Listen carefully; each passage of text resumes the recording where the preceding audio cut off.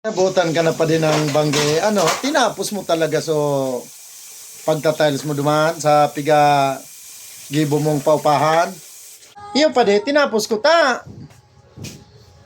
Sa aga, uning Domingo na naman. Tapos Lunes, may laog na naman sa opisina. So, opa kaya dyan, nagmamadali na gusto nang maglipat.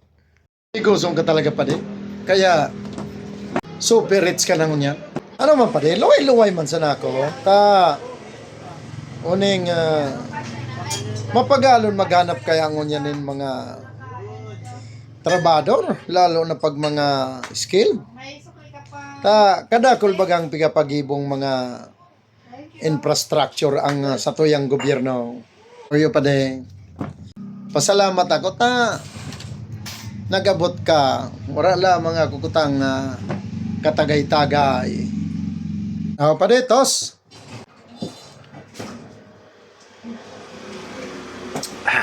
Marag ba ganyan pa de? Emperador sa Coke.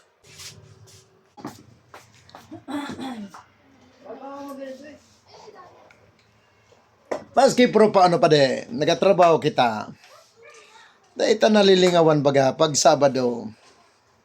Mag-relax. Balitaan mo ito pa de na may naglubog bagang barko dyan sa may South China Sea.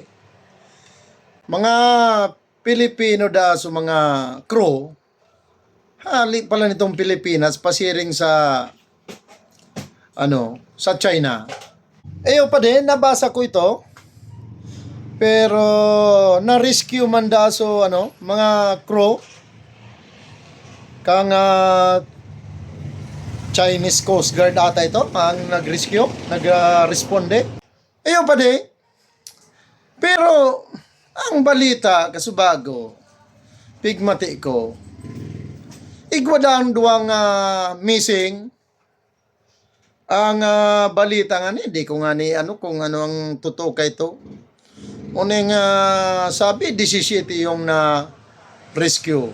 Tapos 3 sida. Tapos may gada na 2. Pero sabi 21 ka po sukro. Bako pa klaro. Sa paguna mo, ano ang dahilan kay ito? Kung nga ta naglubog na bako man marawt ang panahon diyan sa South China Sea. Ang sakuyang analisasyon kay ito kung nga ta naglubog.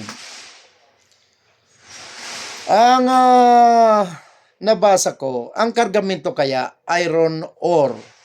Base sa uning pigasabing IMSBC code, ang bot sabiyon kani International Maritime Solid Bulk Cargo Code na yaon digdi ang mga pamantayan manungod sa pagtransport ng mga bulk cargo.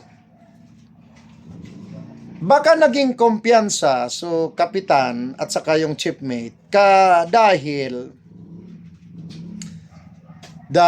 ang iron ore sa new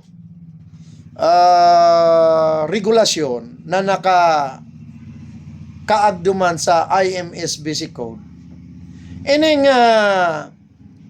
iron ore ay napapabilang sa Group C cargo.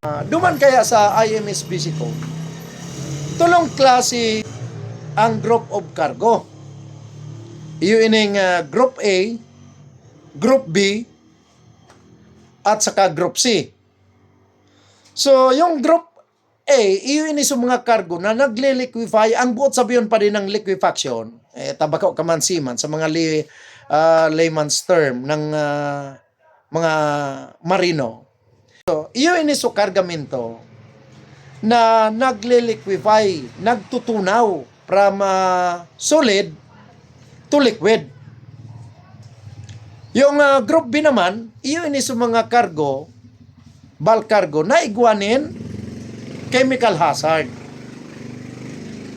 At so Group C, yun is wara dahil nagle-liquefy daiman nin chemical hazard. Iron ore yan pare, raw materials. Oh. Kaso lang, ang iron ore, posible na pwede maging group A, depende sa pino kaya yan pare. Yan na iron ore. Kaya dati, nagsakay man ako dyan sa bulk, uminali ako pa dita. Delikado ang health. Maski nakamas ka, pag lustab mo, sus ko, ang lustab mo, igwanin iron ore. So, maduman kita pa de, kung nga ta, ini kayang iron ore, base sa research, posible na maging group A, depende pa de sa particles niya, sa size niya. May pino, may medyo Dracula, at saka igwa yanin mga karakteristik. At pwedeng maging belongs to group A cargo na nagle-liquefy. Base iyan sa research.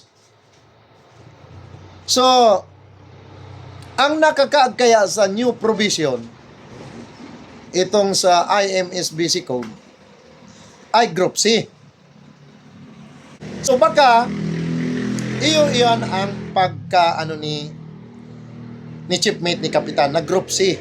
Dahil ninda, baka nalingawan nila, na pwedeng maging belongs to group A. Depende sa karakteristik. Dapat, pag ikaw magkarga ng iron ore fine, so, parang pulbos yan pa de, kaipuhan, igwanin special certification stating kung ito ay compliance na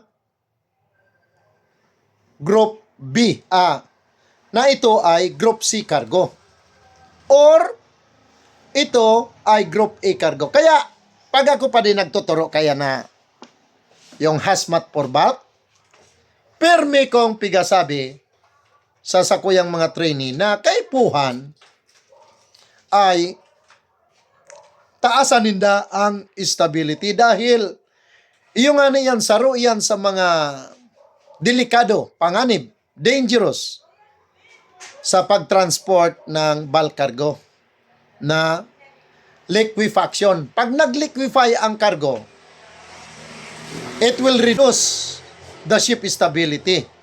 So, posible na so stability kayo nita, nagkumpiyansa siguro na maray ang panahon, tapos group C cargo, dahil mag-liquefy.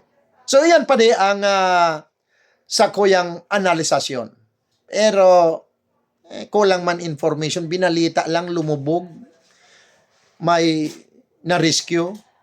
Wala kitang impormasyon. Kaya di ako pwedeng makapag-comment exactly kung ano talaga ang nangyari or dahilan kung nga ta ining barko na ini naglubog. Awiyo pa di, arog pala niyan kaan ang pigasabing liquefaction. Ang kargamento pala, ang mga arog kayan, nagiging tubig pala. Awiyo pa di, kang inot, kang bago pa lang akong nagbabarko, nagpon ako pa din magbarko sa tanker. Tapos, bukang bibig, kang kadakla ng mga seaman, ang delikadong barkong sakyan ay tanker. Ngunyan pa di, halos gabos na barko, nasakyan ko na. Ang pinakadelikadong barko, pa di, ay ang cruise ship, yung pampasayro. Man pa di, mas pinakadelikado ang uning pampasayro ining mga cruise ship kaysa tanker. Pa di, ano ang kargamento ng mga cruise ship? Bako tabo? Oh. Ang tawo, maski sabihan mong bawal, dahil yan pwede, Diyan, taw-taw, yaw na naman. Sinabi mong dahil pwede magdigdita, delikado, yaw na naman dyan. So, ang kargamento ng cruise ship, may isip, madunong, tapos nag-iiro. Alagad sa tanker, pag sinunod mo ang mga regulasyon, panuntunan, magiging safe ka. Sharing man sa bulk, kaya na naglubog. So, deta aram kung ano ang dahilan. Magkakaigwang investigasyon yan. Iyo yan ang mapagal. Kapag nagkaigwan ng investigasyon, ano ang root cause? Kasi aanapon yan. Then, kadaklan pa di kang mga nagiging aksidente or insidente pa di.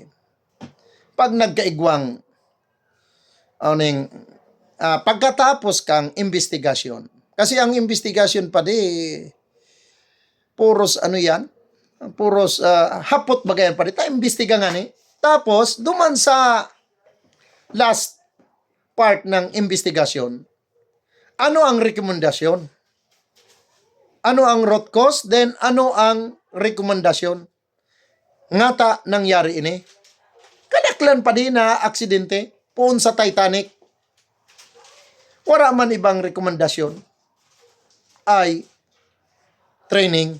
Kaya yung nga niyang pigasabi ko sa sakuyang mga trainee pag nagatukdo ako na kaipuhan, iwasan ta.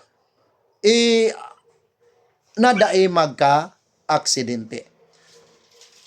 At saka, gabos man pa din na uning regulasyon kang mga company. Saro man sana, no to accident. Arog palan iyan kaan pa di. Parot kaan. Kapagal palan kang siman. Iyo baga pa di, mapagalo ng buhay kang siman. Man ang siman na nagduman sa barko para magparapurot sa nakang kwarta. Grabe ang kapagalan kaan pa di. Ako nga ni, naranasan ko, kang chipmate ako, halos tulungal daw. Warang turugan dahil sa cargo operation, tapos tank cleaning, preparasyon. Grabe. Kaya baga, minsan day ako naintindihan ni kumari mo na dakula da ang sweldo nga taabo ko na da magbarko. Parot kaan pa di. Ano mo man ang kwarta?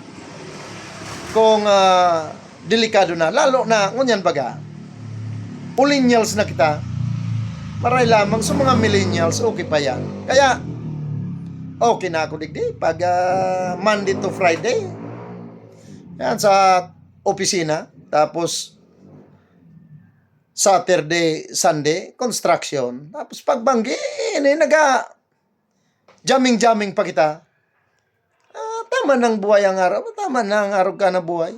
Okay na. Dahil mo man madadarang kayamanan pag ika ang